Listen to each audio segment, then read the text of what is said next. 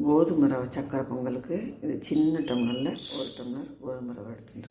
இது 1½ table spoon பாசிப்பருப்பு கடாயில் சேர்த்துருக்கேன். லேசாக வெதிப்பிட்டு இந்த கோதுமை ரவையோடு சேர்த்து 2 தடவை கலந்துட்டு 4 பங்கு தண்ணி விட்டு குக்கரில் வச்சு குழைய வேக விட்டு எடுத்துக்கலாம். ஒரு 4-5 விசில் விட்டுக்கலாம். விசில் விட்டு எடுத்தேன். இதை கொஞ்சம் கூடி நல்லா மசிச்சுக்கலாம்.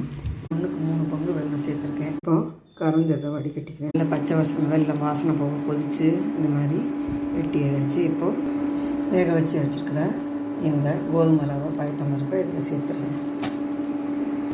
இதை நல்லா மிக்ஸ் பண்ணி கொஞ்சம் வரட்டி எடுத்துக்கலாம்.